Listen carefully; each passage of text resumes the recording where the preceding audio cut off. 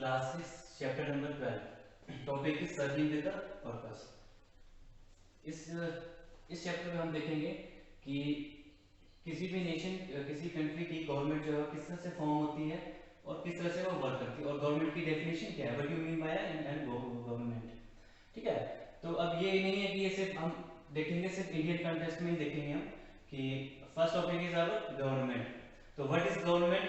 A government is an institution which runs a country.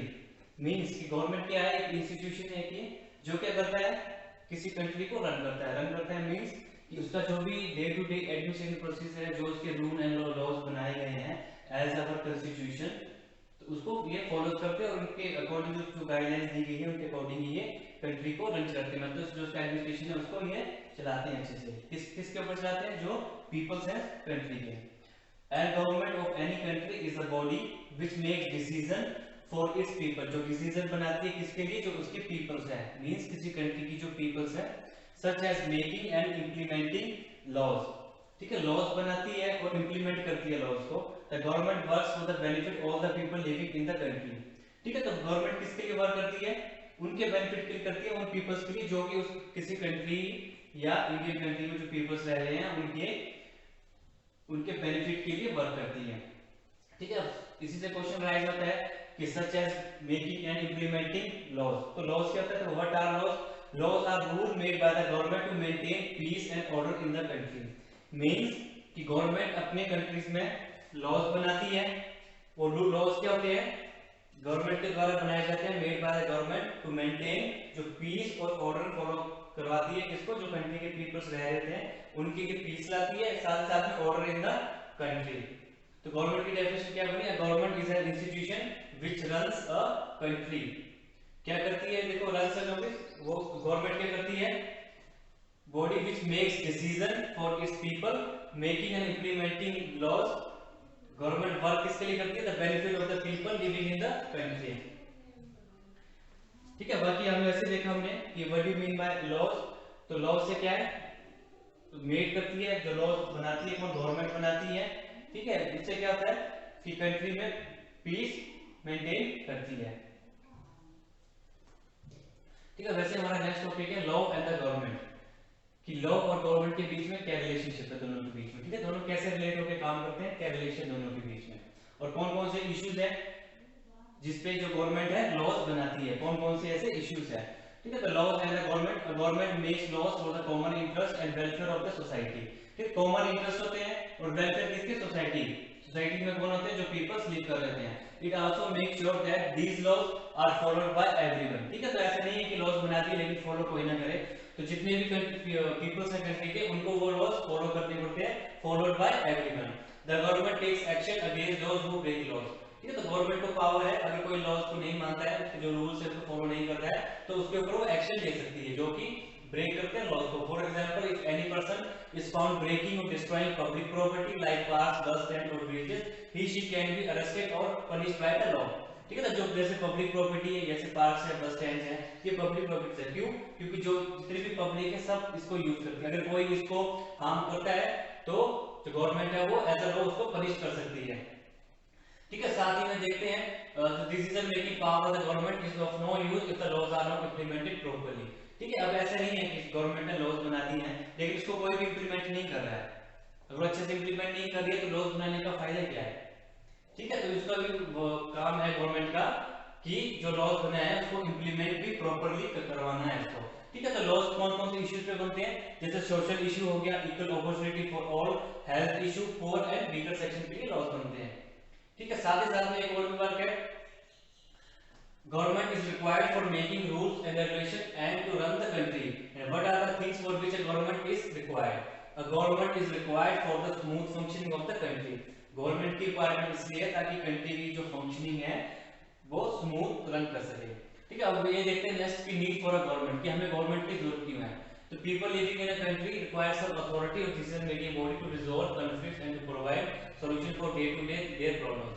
ठीक है, तो जो कंट्री के जो पीपल्स हैं तो उनको लगता है कि देखो उन्हें चाहिए एक ऐसी अथॉरिटी चाहिए, अगर किसी के बीच में कोई कॉन्फ्लिक्ट होता है, पीपल्स के बीच में होता है, तो ऐसी एक बॉडी चाहिए जो डिसीजन बना सके और उनके जो कॉन्फ्लिक्ट्स है उनको रिजॉल्व कर सके। अ country requires a governing body to control its resources, protect its territory। ठीक है, तो ऐसी गवर्नमेंट इसलिए भी चाहिए कि वो जो उसके रिसोर्सेस हैं, जो उसको हम यूज करते हैं, उसको भी कंट्रोल कर सके, हमारी टेरिटरी को प्रोटेक्ट कर सके, ताकि कोई और कंट्री या कोई और नेशन हमारे पे अटैक ना कर दे, कोई वार ना हो जाए, so that the citizen of the country can feel safe and secure. इसलिए भी गवर्नमेंट की जरूरत होती है। तो government perform this role by giving leadership of people, taking decision, putting them into practice for all citizen living in the territory. तो leadership provide करती है, परफॉर्म करती है, वो किस पे लीडरशिप करती है? पीपल्स पे डिसीजंस लेती है और putting them into practice for all citizen living in the territory. ठीक है, साथ साथ में एक और आता है, देखो other important function perform by the government of any country. और ऐसे क्या क्या फंक्शन है जो कंट्री है, जो कंट्री की गवर्नमेंट है, वो क्या क्या फंक्शन कर सकती है? It makes laws to provide, देखो सबसे पहले आएगा government perform various function, it works for the overall growth of the country, जो कंट्री की ग्रोथ है उस पर वर्क करती है। साथ ही साथ में और कौन से लॉज बनाती है? It makes laws to provide education, safeguard our cultural heritage, maintains an army for the protection and defense of the country, provide relief in case of disaster, making economic plans for development and etc। ठीक है, तो कौन कौन से issues पे law बनाती है government? Education के ऊपर सेफगार्ड हो गए, कल्चर हेरिटेज मेंटेन करेगी अपनी आर्मी को, protection defence of the country, country को प्रोटेक्ट भी करेगी और उसका डिफेंस भी करेगी कंट्री का। साथ ही साथ में अगर कंट्री में कोई डिजास्टर आ जाता है, कोई इकोनॉमिक प्लान्स हैं, तो उसमें चेंज कर सकती है, डिजास्टर से कंट्री को बचा सकती है। ठीक है, तो मेन स्पीच जो गवर्नमेंट का वर्क है वो सारा का सारा पब्लिक इंटरेस्ट पे वर्क करेगी गवर्नमेंट। ठीक है, नेक्स्ट देखते हैं। अब ये जो गवर्नमेंट है कौन कौन से लेवल की होती है? ठीक है, कौन कौन से लेवल पे गवर्नमेंट जो है वर्क करती है? सबसे पहले है लोकल लेवल। लोकल लेवल पे आएगा जो हमारी विलेज लेवल और टाउन लेवल पे आती है। तो विलेज में कौन होती है? पंचायत होती है। और अगर सिटी की बात करें या टाउन की बात करें तो वहां पे म्युनिसिपल कॉर्पोरेशन होती है। तो पंचायत का क्या काम है? वो डिसीजन लेती है वेलफेयर ऑफ द पीपल के लिए, विलेज टाउन और उसकी लोकेलिटी के लिए। साथ ही साथ में वो गवर्न करती है, उस लेवल पे वो गवर्न करती है। और किस किस चीज पे वो वर्क करती है? The local government looks after all the disputes and civic problems। ठीक है, डिस्प्यूट जो भी उसको भी रिजॉल्व करती है पीपल्स के बीच में, like water, sanitation, food, building, road, health and education के ऊपर भी वर्क करती है। अब बात करें स्टेट लेवल पे, ठीक है, तो हम ये कह सकते हैं कि जो हमारी इंडियन जो गवर्नमेंट है इंडियन, वो हमारे थ्री टीयर्स पे वर्क करती है, जो कि एक लोकल लेवल पे, एक स्टेट लेवल पे और एक नेशनल लेवल पे है। लोकल लेवल पे हमने देखा कि पंचायत है। स्टेट लेवल पे जो स्टेट होती है, ठीक है, स्टेट गवर्नमेंट होती है, वो वर्क करती है। State level government take decision on behalf of the entire state. तो जो स्टेट लेवल की गवर्नमेंट जो डिसीजन लेगी वो पूरे स्टेट के लिए होंगे। ठीक है, the decision need to be implement in the entire state. पूरे डिसीजन जो उसके पूरे एंटायर स्टेट पे इंप्लीमेंट होने चाहिए। साथ ही साथ में स्टेट लेवल के वर्क्स होने चाहिए to bring overall development within the state. Development state की जो डेवलपमेंट भी होनी चाहिए। For example, the state of government Punjab decide whether to provide free mid day meals to government school in Punjab. Similarly, the government of Bihar may decide whether syllabus of the state board exam of class 10 should be changed or not। ठीक है, तो ये अपने state government के work है कि वो अपने गवर्नमेंट स्कूल में जो पंजाब है एग्जांपल है कि उनको मिड डे मील स्कीम उनको इंप्लीमेंट करनी चाहिए, नहीं करनी चाहिए गवर्नमेंट स्कूल पे। साथ ही साथ में जो गवर्नमेंट ऑफ बिहार है उसके जो स्टेट बोर्ड एग्जाम है उसके जो सिलेबस चेंज होना चाहिए। ये सब के सब वर्क जो है वो स्टेट के हैं वो। उसके बाद नेशनल लेवल पे, तो नेशनल लेवल गवर्नमेंट जो है वो क्या करती है? Make rules and regulation for benefit of the country. तो जो नेशनल लेवल की गवर्नमेंट होगी वो जो लॉज और जो रूल्स बनाएगी वो पूरे कंट्री पे इंप्लीमेंट होंगे, किसी सिंगल एक स्टेट पे इंप्लीमेंट नहीं होंगे, वो पूरे के पूरे कंट्री में इंप्लीमेंट होंगे। और वो कौन कौन से लॉज बना सकती है, कौन कौन से लॉज कौन से सब्जेक्ट पे बनाती है? Law related to defence, country का जो डिफेंस है और पूरे कंट्री का जो इकोनॉमिक इशू है, like fixing and the price of basic commodities, जो फूड ग्रेन और फ्रूट की जो प्राइस करने हैं वो नेशनल लेवल पे होते हैं। Laws related to relationship between the neighbouring, ठीक है, जो लॉज बनाने हैं जो हमारे नेबरिंग कंट्रीज हैं उनके साथ रिलेशनशिप हमें कैसा रखना है उसके ऊपर लॉज बनाती है। तो कौन बनाती है? Government of the at the state level. ठीक है, उसके बाद नेक्स्ट लेवल की कौन कौन से टाइप की गवर्नमेंट्स होती है? ठीक है, टाइप्स ऑफ गवर्नमेंट। तो सबसे पहले आएगा ऑटोक्रेटिक गवर्नमेंट। तो ऑटोक्रेटिक गवर्नमेंट क्या होती है? ठीक है, जो ऑटोक्रेटिक गवर्नमेंट होती है जो उसके रूलर्स होते हैं, देखो autocratic ruler makes the laws according to his और own interest rather than listening to the citizen.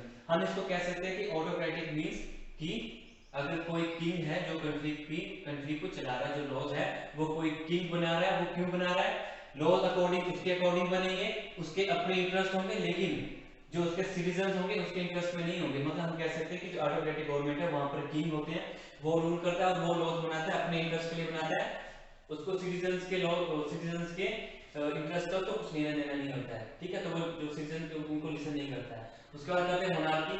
तो monarchy is a form of government where a ruler succeed as the head of the government through hereditary succession, ठीक है। तो monarchy क्या होता है, देखो monarchy होता है कि जो कंट्री का जो हेड है वो हेरिडिटरी सिस्टम से बनता है कि जैसे पहले बाप है, फिर उसका बेटा, फिर उसका बेटा, ठीक है। वो होते हैं मोनार्की में। तो जो गवर्नमेंट का हेड है, जो कंट्री का हेड है, वो मोनार्की कैसे होगा, वो हेरिडिटरी सक्सेशन होगा वो, ठीक है। जैसे कि हम बात करें, देखो ऑटोक्रेटिक गवर्नमेंट में, देखो आप एक कंफ्यूज मत होना कि मैंने ऑटोक्रेटिक में किंग बोला और यहाँ पे भी किंग हो गया, ठीक है। इसमें मैंने ऑटोक्रेटिक में ये कहा मैंने, देखो क्या है कि यहाँ पे जो हेड होगा वो एक सिंगल, एक पर्सन के राउंड घूमता रहेगा, वो सिर्फ सिंगल एक पर्सन होगा।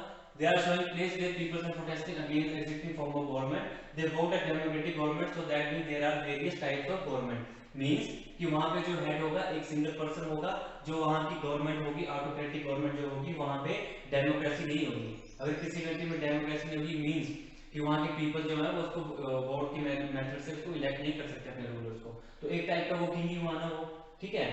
ये है। और यहाँ पर जो, ठीक है, साथ ही साथ में अगर बात करें मोनार्की की, तो मोनार्की में भी किंग्स होते हैं। किंग्स कैसे होते हैं, वो हेरिडेटरी होते हैं वो, ठीक है। हेरिडेटरी होते हैं मतलब कि पहले बाप बेटा, फिर उसकी बेटी या उसका उसका बेटा, ठीक है। जैसे किंग ऑफ सऊदी अरेबिया है, this means that a son of a king will be the king after his father dies. यहाँ पे हेरिडेटरी सिस्टम चलता है, लेकिन यहाँ पे हेरिडेटरी सिस्टम नहीं होता है। यहाँ पे आप जैसे कि हम बात करें ऑटोक्रेटिक गवर्नमेंट में, जैसे कि हमारे हिटलर थे, तो वो ऑटोक्रेटिक गवर्नमेंट चला रहे थे वो, ठीक है, क्योंकि वही बने थे, ठीक है, और वही अपने इंटरेस्ट देखते थे, लोगों से कुछ उनका कुछ नहीं था लेना देना, ठीक है। मोनार्की में जैसे डिसीजन जो होंगे वो उनके फॉलोड बाय देयर सब्जेक्ट, तो किंग होगा, क्वीन होगी, वो डिसीजन लेंगे, अपने डिसीजन लेंगे वो, मतलब मींस वहां पे मोनार्की में किंग होंगे और साथ में उसका सक्सेशन और हेरिडिटी चलता रहेगा, ठीक है। और उसका डिक्टेटरशिप में जैसे मैंने आपको बताया था Adolf Hitler, dictatorship are also autocratic rulers, means जैसे मैंने बताया आपको ऑटोक्रेटिक गवर्नमेंट जैसे हिटलर था, तो ये भी ऑटोक्रेटिक रूलर्स है।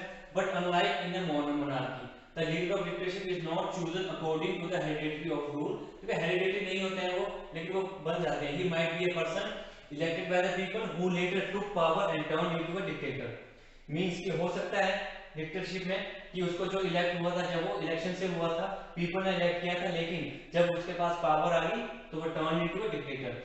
Sometimes a democratic elected government is taken over by the military to form a military dictatorship, ठीक है। तो कई बार ऐसा भी होता है कि कोई अगर डेमोक्रेसी गवर्नमेंट है, वो पर्सन को इलेक्ट करती है, या फिर जो उसकी डिसीजन है जो गवर्नमेंट है taken over by the military to form a military dictatorship. तो किसी किसी कंट्री में मिलिट्री डिक्टेटरशिप भी होती है, ठीक है। मतलब डिक्टेटरशिप मींस कि एक सिंगल पर्सन होगा वो रूल करेगा, चाहे फिर वो मिलिट्री के पर्सन हो, ठीक है, या फिर जैसे हिटलर हो, या फिर चाहे वो इलेक्टेड पीपल हो, लेकिन बाद में वो डिक्टेटर बन जाएगा वो, ठीक है। वो क्या करेगा, dictator offer make decision which are for their own economic benefits, ये अपने इकोनॉमिक बेनिफिट्स के लिए डिसीजन लेंगे rather than for well being of the citizen.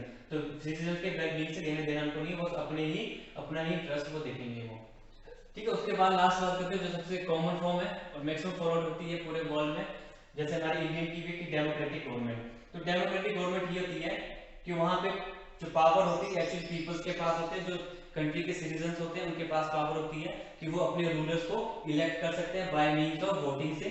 वहां पे हर आफ्टर 5 ईयर या 6 ईयर 4 ईयर्स के बाद इलेक्शन होंगे, ठीक है। तो एक्चुअली जो पावर होगी वो पीपल्स के पास होगी, और जो गवर्नमेंट होगी वो वर्क करेगी for the welfare of the people. All democracy in the world have to struggle must to achieve a democratic form of government. For example India and south achieve democracy after a great struggle.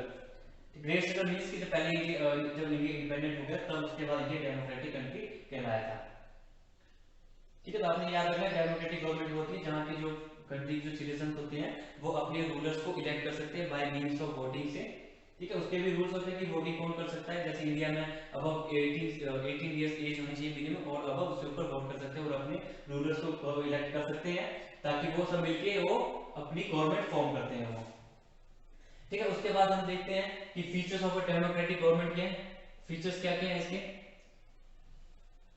ठीक है। In search of next few ये रहने दो, a person standing on stage addressing the gathering, the people are shouting to the leader on the stage.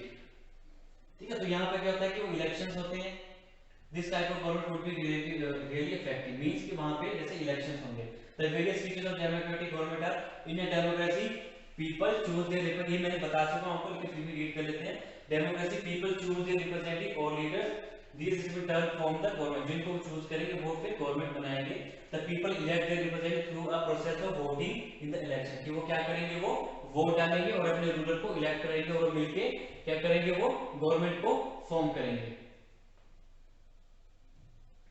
ठीक है, तो India में क्या है, इंडिया में मैक्सिमम कौन सी गवर्नमेंट चलती है, डेमोक्रेटिक टाइप्स ऑफ गवर्नमेंट है।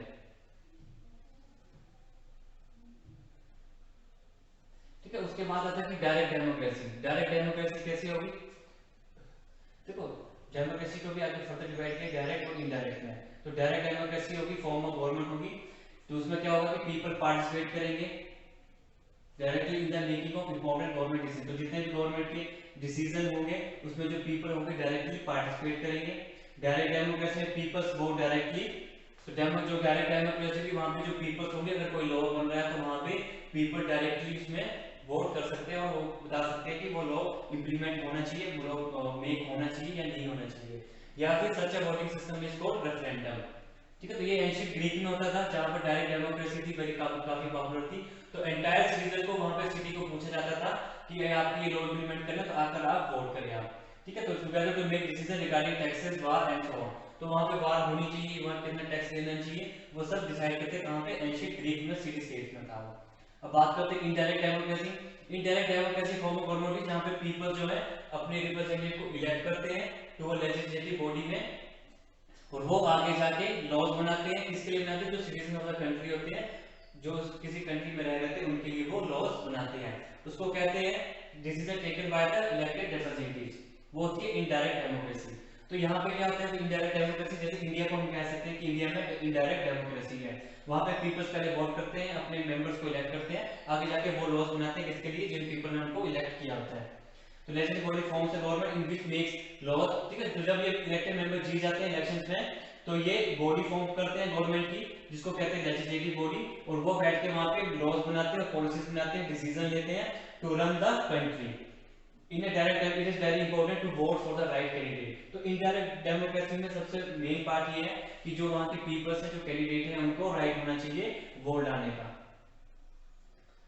ठीक है, उसके बाद प्रेसिडेंशियल गवर्नमेंट, प्रेसिडेंशियल गवर्नमेंट भी देख लेते हैं। प्रेसिडेंशियल गवर्नमेंट कैसी होती है, is the elected head of the government, तो जो प्रेसिडेंट होगा वो इलेक्टेड हेड होगा गवर्नमेंट का, and work separated from the parliament और द लेजिस्लेचर। ठीक है, तो वर्क किसके लिए करेगा, पार्लियामेंट और लेजिस्लेचर। ठीक है, तो मैंने इससे पहले मैंने बताया था अपनी लास्ट वीडियो में मैंने कि पार्लियामेंट्री फॉर्म ऑफ गवर्नमेंट किस तरह से होती है।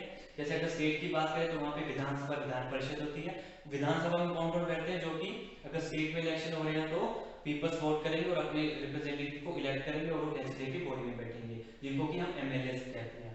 अगर नेशनल लेवल पे बात करें तो वैसे ही इलेक्शंस होते हैं, वोटिंग होती है और वो एमपीज बनते हैं, जो कि पार्लियामेंट, जो कि नेशनल लेवल की लोकसभा और राज्यसभा में वो जाके बैठते हैं। ठीक है, तो प्रेसिडेंशियल गवर्नमेंट जैसे इंडिया की क्या है, तो इंडिया के जो प्रेसिडेंट हमारे श्री रामनाथ कोविंद जी, ठीक है, तो वो क्या है, देखो decision taken by the parliament have to pass by the president, तो जो भी डिसीजन पार्लियामेंट हमारी लेगी उसको आखिरी में पास कहां से होने, वो प्रेसिडेंट से होने चाहिए। He she has a fixed term and parliament can not dismiss in her. ठीक है, तो उसका एक फिक्स टेन्योर होता है, पार्लियामेंट उसको डिसमिस नहीं कर सकती है। इफ ही रिप्रेजेंट, फिर ऐसा नहीं है कि पार्लियामेंट रिमूव नहीं कर सकती, उसका भी प्रोसीजर है, एक बहुत बड़ा प्रोसीजर है, वो किसी प्रेसिडेंट को रिमूव भी कर सकते हैं, लेकिन उसका प्रोसीजर बहुत टफ प्रोसीजर है वो, क्योंकि जो प्रेसिडेंट बनता है वो ऐसा कोई काम नहीं करता है जिससे कि किसी पूरी कंट्री के सिटीजन को ठेस पहुंचे। He she represents the executive part of the government, जो एग्जीक्यूटिव पार्ट होते हैं गवर्नमेंट के उनको वो रिप्रेजेंट करता है president. United State of America has this form of government, तो यूएसए वाले हैं प्रेसिडेंट, वो दिस टाइप की गवर्नमेंट है। ठीक है, तो अब देखते हैं कि पावर्स ऑफ द प्रेसिडेंट की क्या क्या है। जैसे suppose the parliament of USA, Congress passes a bill. अगर यूएसए में, देखो यूएसए में क्या है कि वहां पर स्टेट्स है, स्टेट से मिलकर कंट्री बनी है, तो यूएसए में अगर कोई बिल पास होता है तो वहां पे प्रेसिडेंट क्या रोल, जो पार्लियामेंट है यूएसए की, वो क्या रोल प्ले करती है। अगर Congress pass a bill which plan to stop और foreigner from coming and settle in the country. ठीक है, अगर प्रेसिडेंट अगर तो अलाउ नहीं करता है तो वो बिल नहीं बनता है। अगर प्रेसिडेंट को लगता है कि ये ठीक नहीं है तो वो अपनी वीटो पावर यूज करके उस लॉ को डिसमिस कर सकता है और उसको लॉ को मेक भी कर सकता है, वो prevent the bill from becoming a law. ठीक है, उस लॉ बिल को वो रोक भी सकता है और वो उसको बना भी सकता है। Only after the bill is changed according to direct president he will approve the and can become a law. ठीक है, तो उसको अप्रूव भी कर सकता है, उसकी अपनी वीटो पावर जो है प्रेसिडेंट को चूज कर सकता है और वो लॉज को मेक कर सकता है। तो हम कह सकते हैं कि ट्रेडिशनल फॉर्म ऑफ गवर्नमेंट देखो यूएसए में है, इंडिया में भी प्रेसिडेंट है। ये प्रोसीजर इंडिया में भी होता है, प्रेसिडेंट भी हमारे आखिर में वही है जो कि हमारा कोई लॉ बन रहा है। अगर कंट्री गवर्नमेंट कोई लॉ बना रही है नेशनल लेवल की या स्टेट की, तो देखो स्टेट का कोई लॉ बनता है तो गवर्नर अप्रूव करता है, गवर्नर प्रेसिडेंट से करवाता है। अगर नेशनल लेवल की बात है तो कोई लॉ बनता है, पार्लियामेंट लॉ बनाती है तो लास्ट में वो प्रेसिडेंट से अप्रूव होता है, तभी वो लॉ बनता है, उससे पहले वो बिल ही होता है वो। ठीक है, उसके बाद लास्ट टॉपिक देखते हैं कि पार्लियामेंट्री गवर्नमेंट किस तरह से होती है। ठीक है, तो पार्लियामेंट गवर्नमेंट में क्या है, देखो पार्लियामेंट हाउस ऑफ हमारा इंडिया है, तो यहाँ पे जो है तो पार्लियामेंट्री फॉर्म ऑफ गवर्नमेंट ये जो मैंने बताया कि अगर नेशनल लेवल पे अगर इलेक्शन हो रहे हैं तो उनको जो पर्सन आप इलेक्ट करते हैं रिप्रेजेंटेटिव होते हैं उनको एमपीज कहते हैं, मेंबर ऑफ पार्लियामेंट। वो मिलके जब उनकी जो मेजोरिटी अगर वो हासिल कर लेते हैं, ठीक है, पूरी जब मेजोरिटी हासिल कर लेते हैं तो वो रूलिंग पार्टी बनती है। फिर वही आपस में इलेक्ट करके जब वो लोकसभा में जाते हैं तो वो स्पीकर ऑफ लोकसभा और प्राइम मिनिस्टर और अदर कैबिनेट मिनिस्टर या काउंसिल ऑफ मिनिस्टर्स वो अपॉइंट वही लोग करते हैं जो कि इलेक्शंस में जीते होते हैं और जो एक रूलिंग पार्टी से होते हैं। रूलिंग पार्टी मींस कि किसी इलेक्शन में उसको जो वोट्स हैं जो सीट्स हैं वो मेजोरिटी में हासिल होती है और वो प्रेसिडेंट कहता है कि हाँ आपके पास मेजोरिटी या सीट्स की, आप आके अपनी गवर्नमेंट फॉर्म कीजिए। तो वो सब मिलके प्राइम मिनिस्टर अपॉइंट करते हैं, साथ में मिनिस्टर भी अपॉइंट करते हैं। तो जो प्राइम मिनिस्टर है is answerable to the parliament for any decision he और मिनिस्टर टेक्स। ठीक है, तो कोई भी अगर मिनिस्टर कोई डिसीजन लेता है कोई, तो कौन उसके लिए रिस्पॉन्सिबल होगा, आंसरेबल कौन होगा, जो प्राइम मिनिस्टर ऑफ इंडिया होगा। ठीक है, साथ ही साथ में only if decision approved by the parliament signed by the president can become a law. ठीक है, अगर कोई हमें लॉ कंट्री में बनाना है तो वो तभी बन सकता है अगर वो अप्रूव करवाया है, अगर अप्रूव हुआ है वो लोग पार्लियामेंट से और लास्ट में साइन हुआ है प्रेसिडेंट से, तो ही वो लॉ बन सकता है, नहीं तो वो लॉ नहीं बन सकता है। वैसे इंडिया और ग्रेट ब्रिटेन में parliamentary form of democratic governments है जो कि लॉ बनाती है। ठीक है, तो अब अंडरस्टैंड करते हैं कि पावर ऑफ पार्लियामेंट क्या है। An example, if a government wants to make a law banning the cutting of trees, अगर कोई गवर्नमेंट लॉ बनाना चाहती है कि हमें बैन करना है कि ट्रीज को कटिंग से रोकना है to save the environment, then first the bill has to be initiated by the government in the parliament. ठीक है, तो पहले क्या है कि अगर ऐसा कोई बिल लाना है, ठीक है, तो बिल और लॉ अलग होते हैं। जब तक कोई अगर पार्लियामेंट में कोई इशू कोई डॉक्यूमेंट प्रूफ आता है, किसी चीज पे अगर कोई बहस करते हैं, कोई किसी टॉपिक पे अगर वो डॉक्यूमेंट लाते हैं तो पहले वो बिल होता है। जब वो बिल पास हो जाता है पार्लियामेंट से प्रेसिडेंट से, उसके बाद वो लॉ बनता है, उससे पहले वो डॉक्यूमेंट बिल ही होता है। तो bill is initiated by the government, पहले पार्लियामेंट में आएगा, वह जब बिल को डिबेट कर लेंगे वो पार्लियामेंट में, फिर और पार्लियामेंट से पास हो जाएगा, मेजोरिटी से पास होगा जो कि 2/1 मेजोरिटी होती है पार्लियामेंट की, उसके बाद प्रेसिडेंट के पास जाएगा साइन होने, तब बनेगा it can become a law. ठीक है, उसमें प्रेसिडेंट कोई चेंजेस भी कर सकता है, ठीक है, और चेंज नहीं भी कर सकता है, या फिर वापस पार्लियामेंट को भी भेज देता है, जिसको हम नेक्स्ट वीडियो में देखेंगे कि किस किस तरह से वो प्रोसीजर चलता है। अगर कोई किसी किसी सर्टेन इशू पे अगर कोई हमने बिल कोई हमने इंट्रोड्यूस किया है अगर पार्लियामेंट में, तो वो किस किस तरह से लॉ बनता है और क्या क्या डिसीजन है, ठीक है, क्या क्या प्रोसीजर है फॉर मेकिंग अ लॉ, वो हम नेक्स्ट चैप्टर में देखेंगे। ठीक है, तो आज के लिए हम इतना ही करेंगे। तो ओके, थैंक यू।